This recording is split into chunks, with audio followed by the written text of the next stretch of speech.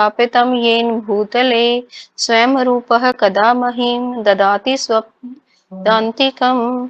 वन्देऽहं श्रीगुरोः श्रीयुतपदकमलं श्रीगुरून् वैष्णवांश्च श्रीरूपं साग्रजातं सहगण रघुनाथान्वितं तं सजीवं साद्वैतं सावधूतं परिजनसहितं कृष्ण चैतन्य देवं श्री राधा कृष्ण पादान सहगण ललिता श्री विशाखान्वितांश्च।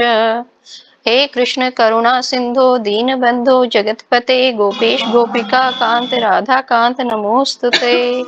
तप्त कांचन गौरांगी राधे वृंदावनेश्वरी वृषभानुसुते देवी प्रणमामि हरिप्रिये। वाञ्छाकल्पतरुभ्यश्च कृपा सिन्धुभ्य एव च पतितानां पावनेभ्यो वैष्णवेभ्यो नमो नमः। श्री कृष्ण चैतन्य प्रभु नित्यानंद श्री अद्वैत गदाधर श्रीवासादि गौर भक्त वृंद। हरे कृष्ण कृष्ण कृष्ण हरे हरे, हरे राम राम राम हरे हरे। हरे कृष्ण कृष्ण कृष्ण हरे हरे, हरे राम राम राम हरे हरे।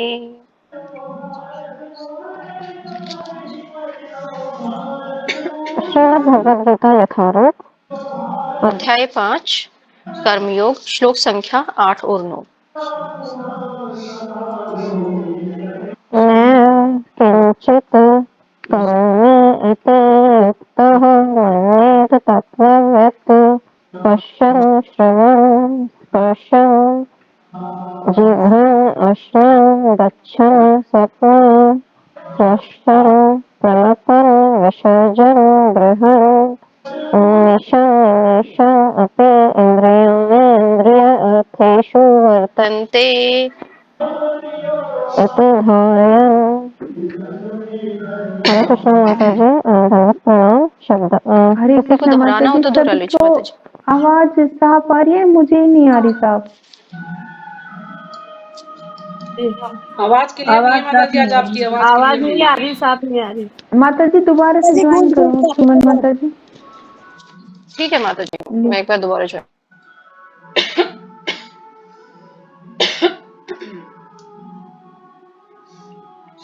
कोई उच्चारण करो, इसमें माता जी आ रही है। हरे कृष्ण माता जी, अब आ रही है आवाज?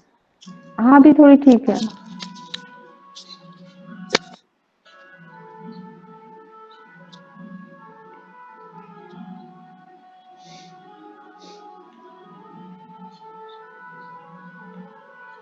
किसी को उच्चारण करना है? ये श्लोक बहुत टफ है, सब उच्चारण नहीं कर पाएंगे इसको आज। हाँ माता जी, इसलिए मैं तो नहीं कर पा रही। हाँ नहीं, कोई नहीं करेगा। ठीक माता है जी माता चलो जी, आप आप शुरू करो फिर कीजिए। एक्सप्लेन, कोई नहीं पढ़ना चाह रहा तो। जी जी माता जी। माता जी अब क्लियर हरे है ना कृष्ण। आवाज? हाँ जी अब ठीक है। ठीक है माता जी। शब्दार्थ न नहीं एव निश्चय ही किंचित कुछ भी करोमि करता हूँ इति इस प्रकार युक्तः देवी चेतना में लगा हुआ मन्नेत सोचता है, तत्ववित्त सत्य को जानने वाला, पश्चन देखता हुआ, श्रवण सुनता हुआ, स्पर्शन स्पर्श करता हुआ, जिघ्रन सूंघता हुआ, अश्नन खाता हुआ, गच्छन जाता हुआ, स्वप्न स्वप्न देखता हुआ, श्वसन सांस लेता हुआ, प्रलपन बात करता हुआ, विसर्जन त्यागता हुआ, ग्रहण स्वीकार करता हुआ, उन्मिशन खोलता हुआ, निमिशन बंद करता हुआ, अपि तो भी इंद्रियाणि इंद्रियों को, इंद्रिय अर्थेषु इंद्रिय तृप्ति में वर्तन्ते लगी रहने देकर, इति इस प्रकार धार्यन विचार करते हुए। अनुवाद। दिव्य भावनामृत युक्त पुरुष देखते, सुनते, स्पर्श करते, सूंघते, खाते, चलते, फिरते, सोते तथा श्वास लेते हुए भी अपने अंतर में सदैव यही जानता रहता है कि वास्तव में वह कुछ भी नहीं करता। बोलते, त्यागते, ग्रहण करते या आंखें खोलते बंद करते हुए भी वह यह जानता रहता है कि भौतिक इंद्रियां अपने अपने विषयों में प्रवृत्त है और वह इन सब से पृथक है। तो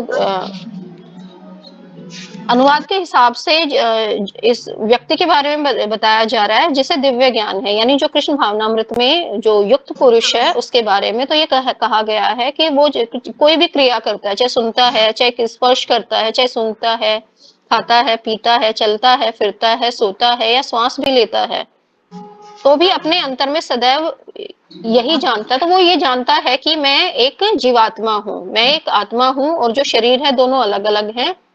और वो ये जानता है कि जो भी करने वाला है वो ईश्वर है। तो वो कुछ भी नहीं करता है, सब करने सर्व कारणों का कारण कौन है? भगवान है। बोलते, त्यागते, ग्रहण करते या आंखें खोलते बंद करते हुए भी वह यह जानता है कि भौतिक इंद्रियां अपने अपने विषयों में प्रवृत्त हैं।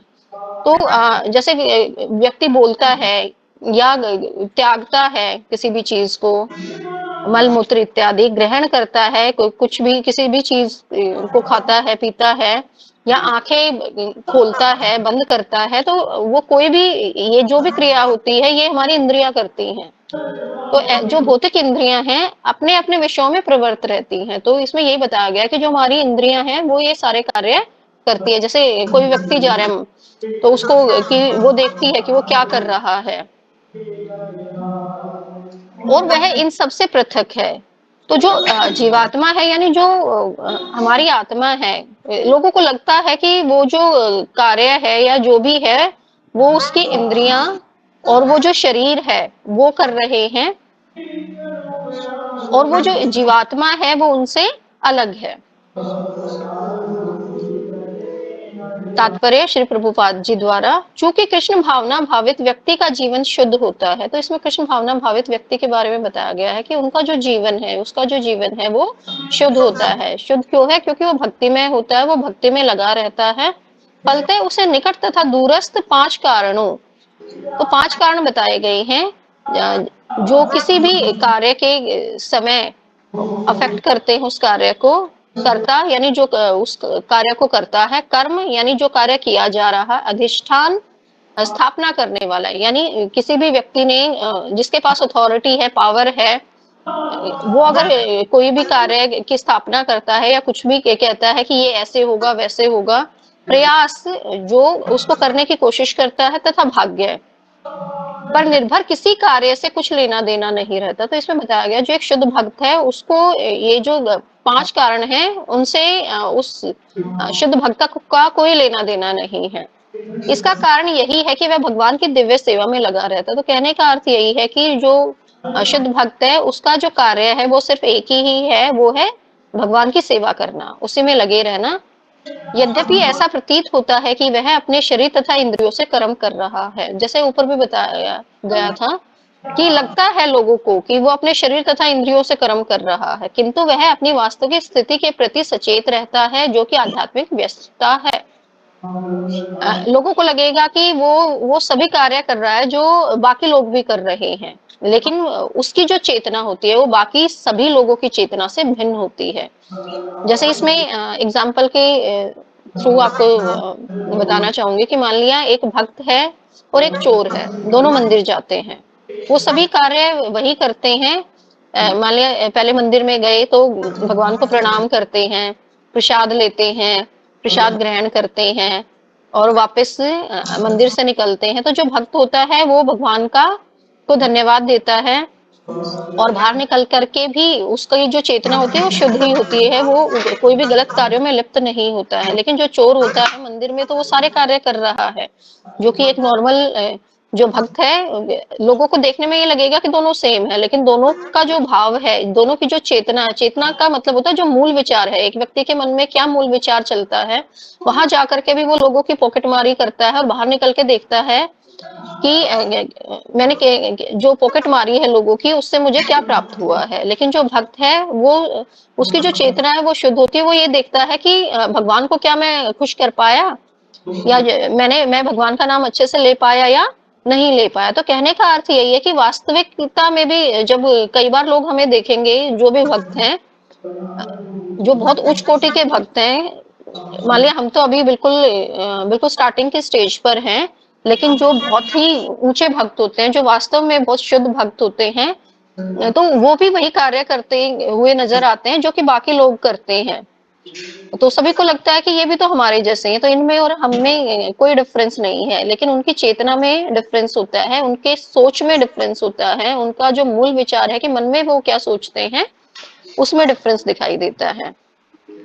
सभी जॉब पे भी जाते हैं, अपने घर का भी सभी लोग कार्य करते हैं, अपने बच्चों के भी जितने भी कर्तव्य होते हैं वो सभी निभाते हैं, लेकिन उन कर्तव्यों को निभाते निभाते भी जो एक भक्त होता है वो भगवान के लिए समय निकालता है, भगवान की भक्ति भी करता है, और जरूरी नहीं वो लोगों को दिखाए। बहुत सारी फैमिलीज ऐसी भी होती हैं जिनमें हर कोई व्यक्ति शो भी नहीं कर पाता है कि नहीं मैं एक भक्त हूँ, लेकिन अंतर मन से मन ही मन वो भगवान की भक्ति करते हैं। तो जो एक शुद्ध भक्त होता है वो आध्यात्मिकता में उसकी वो व्यस्त रहता है, बाकी कर्म भी करता है, लेकिन मन से वो आध्यात्म में लगा रहता है। भौतिक चेतना में इंद्रियां इंद्रिय तृप्ति में लगी रहती हैं। तो जो व्यक्ति होते हैं जो सांसारिक जीवन में होते हैं, तो उनकी जो भौतिक चेतना होती है वो सारी किस लिए होती है कि इंद्रिय तृप्ति में लगी रहती है कि मुझे ये चाहिए, वो चाहिए, ये प्राप्त करना है, वो प्राप्त करना है, मैं ये बन जाऊं, वो बन जाऊं। किंतु जो कृष्ण भावनामृत में जो व्यक्ति होता है वे कृष्ण की इंद्रियों की तुष्टि में लगे रहते हैं। तो वो ये सोचते हैं कि भगवान कैसे खुश होंगे, हम क्या भोग लगाएं, उनके लिए क्या भोग बनाएंगे, उनको नहलाना धुलाना खिलाना पिलाना, तो उसी में लगे रहते हैं कि भगवान किस तरीके से खुश हो जाए। अतः कृष्ण भावना भावित व्यक्ति सदा मुक्त रहता है। तो कहने का अर्थ है कि उस पर किसी भी कर्म का प्रभाव नहीं पड़ता है, और जो फल है उसका भी कोई प्रभाव नहीं पड़ता है, भले ही वह ऊपर से भौतिक कार्यों में लगा हुआ दिखाई पड़े। तो बाहर से जब लोग देखते हैं तो उन्हें लगेगा कि अरे ये भी तो भौतिक कार्य कर रहा है, जो हम कर रहे हैं ये भी वही कर रहा है। देखने तथा सुनने के कार्य ज्ञानेंद्रियों के कर्म है। तो देखना है या सुनना है वो ज्ञान इंद्रियों के कर्म है। ज्ञानेंद्रियों का अर्थ है कि जिनसे हम ज्ञान की प्राप्ति करते हैं, तो देखने से भी और सुनने से भी दोनों से ज्ञान की प्राप्ति होती है। जबकि चलना बोलना मल त्यागना आदि कर्मेंद्रियों के कार्य है, यानी जिनसे कर्म होता है। तो चलना भी कर्म है, बोलना भी कर्म है, मल इत्यादि त्यागना भी कर्म के अंदर ही आता है, कर्म के कार्य है। कृष्ण भावना भावित व्यक्ति कभी भी इंद्रियों के कार्यों से प्रभावित नहीं होता। तो जो कृष्ण भावना भावित व्यक्ति होता है इंद्रियां उन्हें कंट्रोल नहीं करती है, या जो इंद्रियां कार्य करती है उनसे वो प्रभावित नहीं होता है। वह भगवत सेवा के अतिरिक्त कोई दूसरा कार्य नहीं कर सकता है, क्योंकि उसे ज्ञात है कि वह भगवान का शाश्वत दास है। तो जो कृष्ण भावना भावित व्यक्ति होता है, या आप कह सकते हो जो एक शुद्ध भक्त होता है, उसको पता है कि उसका जो मेन कार्य है वो भगवान को खुश करना है, वह उनका नित्य दास है। इसमें एक और चीज का एग्जाम्पल दे सकते हैं कि जैसे जो मोमडन कंट्रीज होते हैं, मुस्लिम कंट्रीज होते हैं, तो बहुत सारी मुस्लिम कंट्रीज ऐसी हैं जैसे यूएई हो गया, तो वहां पर क्या होता है जो भक्त होते हैं वो अपने आप को शो भी नहीं कर पाते हैं कि वो भक्त हैं, तो टीका नहीं लगाने देते, तो ये सारे अपराध की श्रेणी में रखा जाता है। यानी कि वहां पे सिर्फ जो मुस्लिम धर्म है सिर्फ उसी का प्रचार प्रसार किया जा सकता है, या उसी धर्म को माना जा सकता है। अगर कोई दूसरा धर्म का व्यक्ति अगर टीका लगा करके भी अगर बाहर निकले तो उसको भी दंड दिया जाता है। तो जैसे चोटी रखते हैं, चोटी भी नहीं रख सकते हैं, और टीका नहीं लगा सकते हैं, भजन कीर्तन भी नहीं कर सकते हैं। तो ऐसी जगह पे भी, लेकिन वहां पे भी भक्त हैं बहुत सारे। तो वो भक्त क्या करते हैं कि वो सीक्रेट तौर पे भक्त हैं, वो लोगों को पता नहीं चलने देते कि वो भक्त है। तो जैसे माला जाप करते हैं तो माला की जगह दूसरे यंत्र आते हैं जिनसे जाप किया जा सकता है, तो उन यंत्रों का प्रयोग करते हैं। या कुछ भी अगर उन्हें लगता है कि कहीं पे जा रहे हैं, अपने मान लें जो लोग हैं एक दूसरे से मिलते हैं जुलते हैं भक्त लोग, तो वो जब जाते हैं तो क्योंकि धोती कुर्ता वगैरह पहनना भी मना है, टीका लगाना भी मना है, तो वो पानी से टीका करके जाते हैं। टीका तो लगाते हैं लेकिन वो टीका दूसरे लोगों को दिखाई नहीं देता है। सेम ऐसी मान लें धोती कुर्ता है, उन्हें कहीं जाना है तो धोती कुर्ता साथ में लेकर के जाते हैं, और जहां पर मिलते हैं सभी भक्त वहां पर चेंजिंग रूम में जाकर के वो चेंज करते हैं, और वो सारी चीजें लॉक्ड रूम्स में होती हैं, यानी बंद कर लेते हैं बाहर से। और अगर कोई कीर्तन वगैरह भी करते हैं तो बहुत ही शांति पूर्वक करते हैं। तो कहने का अर्थ ये है कि जो हमें भक्ति जो करनी होती है वो हमारी मूल विचार पे डिपेंड करती है, हमारे मन में क्या है, हम बाहर से क्या दिखा रहे हैं या बाहर से लोगों को क्या दिखाई दे रहा है, वो उस पे डिपेंड नहीं करता है, बल्कि उस पे डिपेंड करता है कि हम अंदर से क्या है। हम भगवान के प्रति हमारे मन में अगर प्रेम है तो या हमारे अंदर सेवा भाव है तो वो कैसे भी हम कर सकते हैं, किसी भी स्थिति में, किसी भी परिस्थिति में हम भगवान की सेवा कर सकते हैं। हरे कृष्णा माता जी, दंडवत प्रणाम। कोई त्रुटि हुई तो माफ करिएगा। अगला श्लोक कर लेते हैं। श्लोक संख्या है 10। श्रीमद् भगवद गीता यथारूप, अध्याय 4, कर्मयोग, श्लोक संख्या 10। ब्रह्मण्याध्याये कर्माणि संगत्य कृत्वा करोति यं लिप्यते न स पापेन पद्मपत्रम इव अभ्यसा। हरे कृष्णा माता जी, दंडवत प्रणाम। कोई दोहराना चाहे तो दोहरा लीजिए माता जी। हरे कृष्णा माता जी, सादर प्रणाम। श्रीमद् भगवत गीता यथारूप, अध्याय 5, कर्मयोग, श्लोक संख्या 10। ब्रह्माणि आधाये कर्माणि संगं त्यक्त्वा करोति ये लिप्यते न स पापेन पदपत्रम इव अम्भसा। हरे कृष्णा माता जी। हरे कृष्णा माता जी, दंडवत प्रणाम। अध्याय संख्या 5, कर्मयोग, कृष्ण भावना भावित कर्म, श्लोक संख्या 10। ब्रह्मण्याधाय कर्माणि संगतं त्यक्त्वा करोति लिप्यते न स पापेन पदपत्र विमर्शसा। हरे कृष्णा माता जी, दंडवत प्रणाम।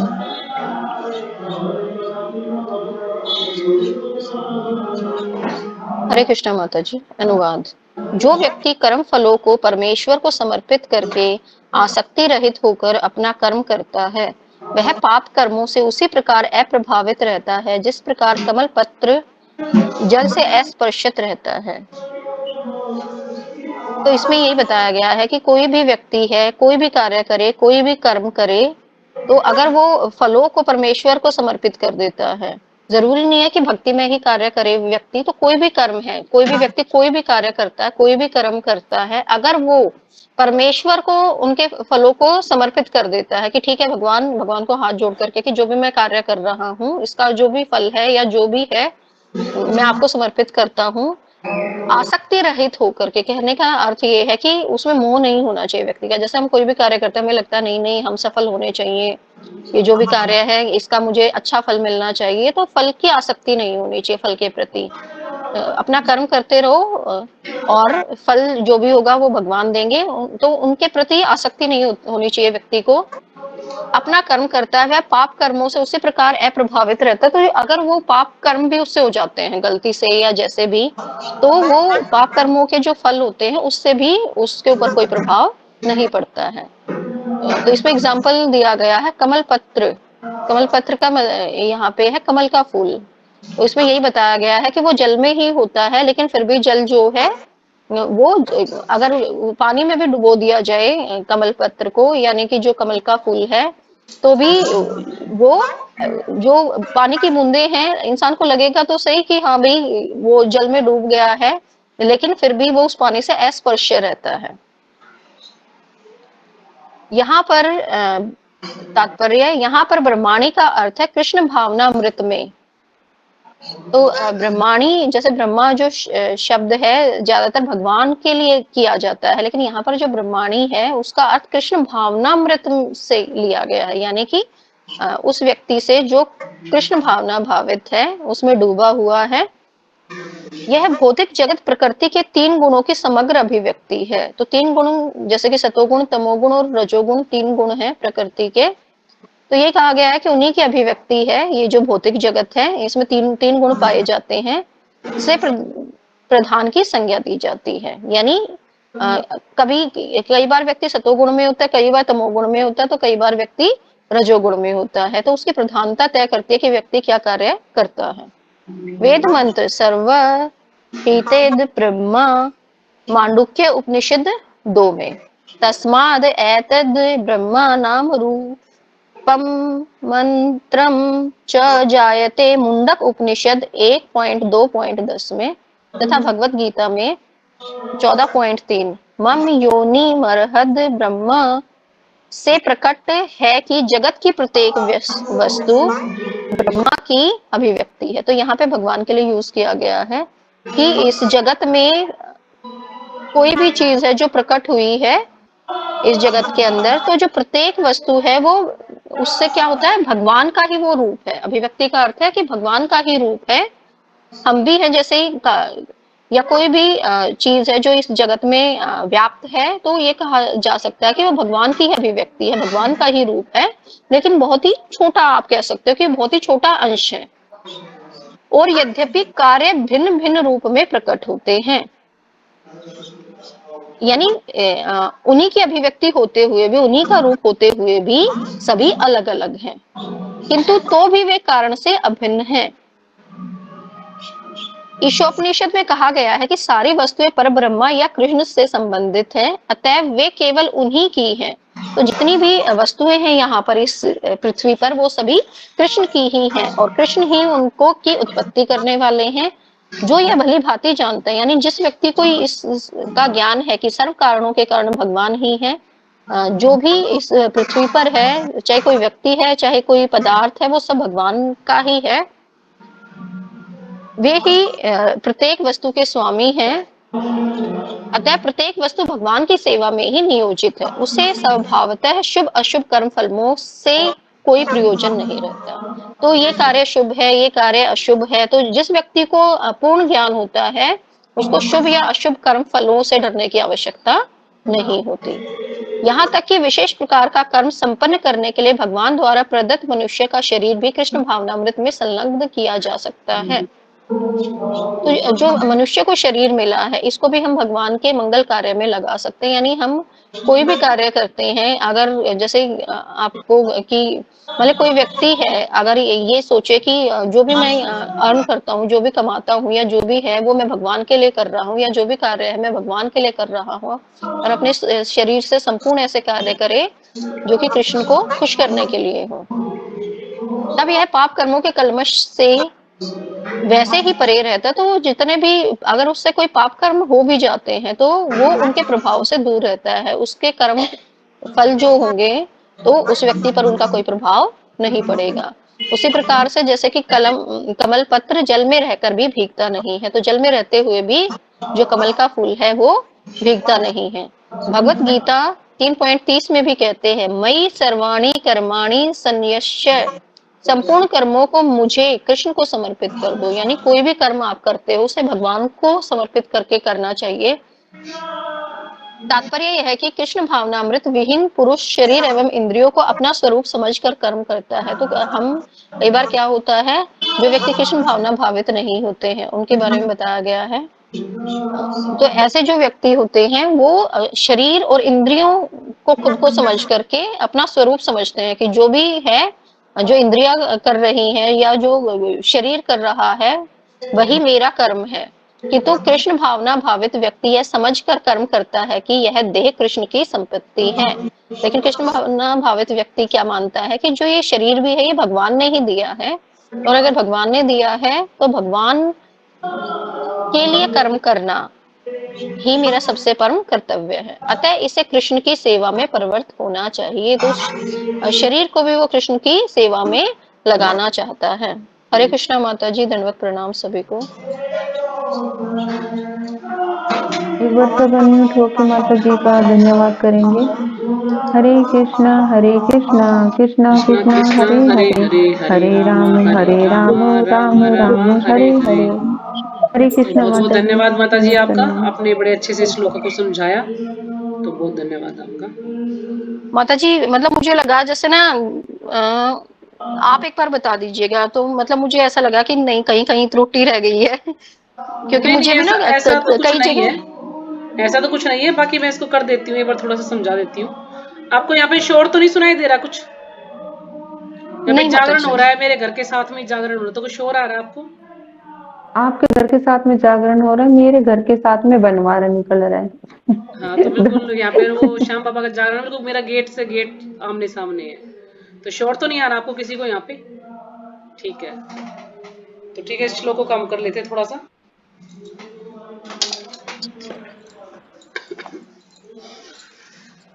तो आज का श्लोक है 8वां, 9वां और 10वां। तो जैसे इसमें माता जी ने बताया कि दिव्य भावनामृत युक्त पुरुष, जो दिव्य भावनामृत है यानी जो ये कृष्ण भावनामृत है, इसमें जो जुड़ा हुआ है बिल्कुल अच्छी तरह से युक्त है, तो पुरुष देखते सुनते यानी देखते हुए, सुनते हुए, स्पर्श करते हुए, सूंघते, खाते, चलते फिरते, सोते तथा श्वास लेते हुए भी अपने अंतर में सदैव यही जानता है कि वास्तव में वह कुछ भी नहीं करता है ना। जो पुरुष को पूरी तरह से भगवान की भक्ति में लग जाता है तो वो क्या सोचता है कि मैं कुछ भी नहीं करता। क्यों? क्योंकि जो भी कुछ करता हूँ वो सब भगवान करवाने वाले हैं। वो अपने आप कुछ भी नहीं करता, क्योंकि भगवान जैसे जैसे उसके कहते ना हमारे अंदर जो हृदय में परमात्मा रूप में भगवान है, तो जैसे जैसे भगवान में संदेश देते हैं वैसे वैसे वो कार्य करता है। तो सोचता कि मैं तो कुछ भी नहीं करता। क्यों? क्योंकि इस शरीर को चलाने वाला कौन है? भगवान। भगवान कहते हैं भगवान के बिना तो एक पत्ता भी नहीं हिलता, तो भगवान ही सब कुछ करने वाले हैं। तो जो पूरी तरह से कृष्ण भावनाभावी तो यही सोचता कि मैं कुछ नहीं करता, सब कुछ भगवान ही करने वाले हैं। बोलते, त्यागते, ग्रहण करते या आंखें खोलते बंद करते हुए भी वह ये जानता रहता है कि भौतिक इंद्रियां अपने अपने विषयों में प्रवृत्त हैं और वह इन सबसे पृथक है। यानी वो जो भी कार्य करता है, बोलते, त्यागते, कुछ भी कार्य करता है, तो ये उसको ये ज्ञान रहता है कि जो भौतिक इंद्रियां हैं वो अपने अपने विषय में लगी हुई हैं। जैसे आंखों का विषय देखना है, जीभ का जो है स्वाद लेना है, कानों का विषय है सुनना है। तो इस प्रकार से कहते हैं सारी इंद्रियां अपने अपने विषयों में लगी हुई हैं, लेकिन मैं इन सबसे अलग हूं, यानी मैं कुछ नहीं करता हूं, सब कुछ भगवान ही करवाने वाले हैं। तो ये इसमें बताया गया है। जैसे इसमें कहना कि चूंकि कृष्ण भावित व्यक्ति का जीवन शुद्ध होता है, फलतः उसे निकट तथा दूरस्थ 5 कारणों कर्ता, कर्म, अधिष्ठान, प्रयास तथा भाग्य पर निर्भर किसी कार्य से कुछ लेना देना नहीं रहता। यानी वो किसी भी कार्य में कुछ भी उसका लेना देना नहीं रहता, वो सिर्फ भगवान की भक्ति करता है। चाहे कुछ भी हो, वो किसी में ज्यादा ध्यान नहीं देता है कि कर्ता कौन है, कर्म, अधिष्ठान या कोई मतलब यज्ञ वगैरह करना, प्रयास करना या भाग्य, तो इस चीज पर कुछ भी वो निर्भर, जो भी कार्य है निर्भर किसी कार्य से कुछ लेना देना नहीं रहता। यानी इन पर जो भी निर्भर रहता है तो उसका कोई भी इनसे सरोकार नहीं है, कोई उसका मतलब नहीं, वो सिर्फ भगवान की भक्ति करता है बस, और कुछ नहीं सोचता वो। क्यों? क्योंकि जैसे माता जी ने भी बताया कि चेतना, इसमें बताया ना चेतना, तो चेतना में अब जैसे मान लीजिए 2 लोग हैं, तो दोनों ही मंदिर में गए हैं और दोनों ही जप कर रहे हैं, ठीक है, दोनों ही भगवान के विग्रह के दर्शन कर रहे हैं, लेकिन जब बाहर आते हैं तो एक क्या करता है, वो तो माला करता है, जाप करता है, भगवान के बारे में सोचता है कि आज मेरा जप नहीं हुआ, या आज मैंने भगवान का इतना सुंदर जो है दर्शन किया। लेकिन जो दूसरा है वो देखने में सेम लगते हैं, लेकिन दूसरा क्या सोचता है कि आज मुझे जो पॉकेट मैंने मारी है उसको मैं कैसे, उसमें देखता है कि कितने पैसे उसने चोरे हैं। यानी दोनों मंदिर जाते हैं लेकिन दोनों का अलग अलग कार्य है, दोनों की जो चेतना है वो अलग है। उसकी चेतना शुद्ध हो, भक्ति में भक्ति के कार्य करता है, लेकिन उसकी चेतना भी शुद्ध नहीं है, वो चोरी करने के लिए जाता है कि मंदिर में भी चोरी कर। जैसे कुछ लोग होते हैं ना, जब मंदिर में हम जाते तो आप सबको पता है कि चप्पल नहीं मिलती हमारी, है ना, तो कुछ लोग चप्पल चोरने के लिए जाते हैं और कुछ लोग भगवान का नाम, भगवान की कथा सुनने के लिए जाते हैं। लेकिन भला दोनों का होगा। मान लीजिए चप्पल चोरने गया लेकिन कम से कम भगवान की कथा में गया तो है, तो उसको उसका कोई बुरा नहीं होने वाला, उसका भला जरूर होगा। लेकिन जो पूरे श्रद्धा भाव से या क्या कहते हैं कि मतलब भगवान के नाम को सुनने के लिए जाता है पूरे श्रद्धा भाव से, तो उसको ज्यादा फल मिलेगा। लेकिन जो चोरी के हिसाब के लिए जाता है तो फल तो उसको भी मिलेगा लेकिन थोड़ा मिलेगा। तो इसलिए उद्धार दोनों का होना है, लेकिन चेतना का डिफरेंस बताया कि हमारी चेतना कितना शुद्ध है। तो ये हमें जो भी हम कार्य करते हैं उससे पता चलता है कि हमारी चेतना कितनी शुद्ध है।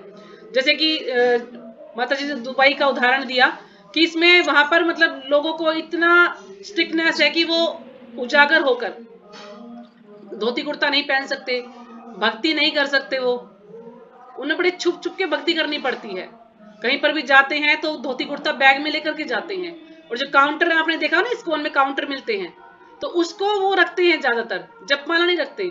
क्यों? क्योंकि जो काउंटर है वो मुसलमान लोग भी रखते हैं, उसको मुसलमान लोग भी जप करते हैं अपना जो उनका है हिसाब से, तो हिंदू लोग भी करते हैं। तो उस काउंटर के अगर वो करते हैं, जैसे जब वो आते जाते हैं जॉब के लिए जाते हैं या कहीं और कार्य के लिए जाते हैं, तो गाड़ी में आने जाने में उन्हें काफी समय लगता है, तो इस कारण से उनका जो जप है वो गाड़ी में ही चलाते चलाते ही पूरा कर लेते हैं वो लोग। क्यों? क्योंकि काउंटर चलता रहता है, एक हाथ से गाड़ी ड्राइव करते हैं तो उससे उनको मतलब कोई कुछ कहेगा भी नहीं, क्योंकि वो सोचता है कि हो सकता है ये मुसलमान हो, ये ऐसे जप कर रहा है। तो काउंटर के जरिए वो लोग जप करते हैं, जब थैली नहीं लेके घूम सकते। जैसे इसका एक उदाहरण सबसे बड़ा है रशिया में। रशिया में आप लोगों ने ये जो नमकीन डबल रोटी वाली पुस्तक सुन रहे हो आजकल, आप सुनी होगी ना उसमें, तो कितना मतलब रशिया के लोग कितना छुप छुप के जप करते थे। वो कर नहीं सकते थे, क्यों? क्योंकि उनको पीटा जाता था, उनको भूखा रखा जाता था, उनको जेल में डाल दिया जाता जो भी भगवान का नाम लेता था। तो बड़ा मुश्किल से वो जो है एक बुक्स जो है इधर उधर से उनको मिलती थी, उनको फिर वो पढ़ते थे, और फिर उनको जब जेल में डाल दिया जाता तो उनसे माला भी छीन ली जाती, बुक्स सब कुछ छीन लिया जाता। तो लोग क्या करते थे, उनको डबल रोटी मिलती थी, वहां पर ब्रेड मिलता था और साथ में थोड़ा नमक मिलता था। तो वो जो ब्रेड है उसको वो किस तरह से पानी में डुबो के रखते थे और फिर उससे गोलियां बनाते थे, और गोलियां बना के उसमें छेद करते थे, और उससे तार आता था वहां पर बिजली का, उसको कुछ काटते थे उसमें से, और फिर उससे अपनी माला बनाते थे। वो देखो, ब्रेड से अपनी माला बनाते थे। वो भक्त इतने मतलब भगवान से इतने आसक्त थे कि उनको पीटा जाता था, उनके पास खटमल को छोड़ दिया जाता था, चूहों को छोड़ दिया जाता था, वो उनको खाते थे, लेकिन फिर भी उन्होंने हिम्मत नहीं आ रही, भक्ति को छोड़ा नहीं कि भाई क्या फायदा भक्ति करने का, हमें तो रोज डंडे पड़ते हैं, या चूहों को छोड़ दिया जाता, चूहे हमें काटते हैं, खटमल हमें काटते, नहीं नहीं। वो भूखे, उनको मांस खिलाया जाता जबरदस्ती, लेकिन उन्होंने मांस नहीं खाया, वो भूखे रहते थे, मांस नहीं खाते। उनको डबल रोटी मिलती थी, उसमें से थोड़ा बहुत वो खाते थे और बाकी वो सुखा के या उसको गीला करके माला बनाते थे, मोती बनाते थे और उसकी माला करके जाप करते थे। तो कितना मतलब भक्ति को उन्होंने महत्व दिया है कि चाहे कुछ भी हो जाए लेकिन हम भक्ति नहीं छोड़ेंगे। तो इस प्रकार से कई स्थान ऐसे हैं जहां पर लोगों को मतलब छुप छुप कर भक्ति करनी पड़ती है। तो यही कहने का अर्थ यही है कि हमारी चेतना, इससे हमारा पता लगता है हमारी चेतना कितनी शुद्ध है। तो उन लोगों की चेतना कितनी शुद्ध थी कि वो इतने मुश्किल कार्य में भी, मुश्किल समय में भी जो है जप कर रहे थे। और कुछ लोग ऐसे हैं कि उनकी पूरी फैसिलिटी मिल जाए, सारी सुख सुविधाएं उनको मिल जाए, फिर भी वो जप नहीं करते हैं, मना कर देते कि नहीं हम जप नहीं करेंगे। और कुछ लोग इतने मतलब भगवान से आसक्त थी, वो बिना कहीं जप करते हैं। तो यही है हमारा चेतना का डिफरेंस कि चेतना हमारी कैसी है।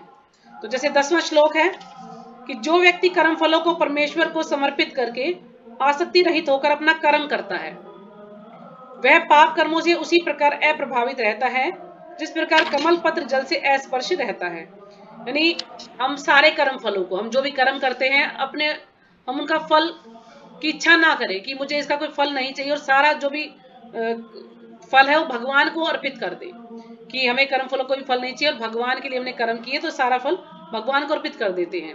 तो ऐसे लोग क्या करते हैं कि पाप कर्मों से उसी प्रकार अप्रभावित रहते हैं, क्योंकि जो 24 घंटे भगवान को प्रसन्न करने में लगे रहते हैं वो पाप कर्मों से अप्रभावित रहते हैं। मतलब पाप उनको कहते हैं छू भी नहीं सकता। जैसे कि वो ये कार्य तो रोज करते हैं और पाप के बारे में सोचते, देखते हैं कभी बाद में करेंगे तो मतलब वो पाप से कोई उससे अप्रभावित रहते हैं। तो उदाहरण दिया, उसकी तुलना किससे की गई है? कमल के फूल से, कि जो कमल का फूल है वो जल में ही होता है, लेकिन जल में वो भीगता नहीं है।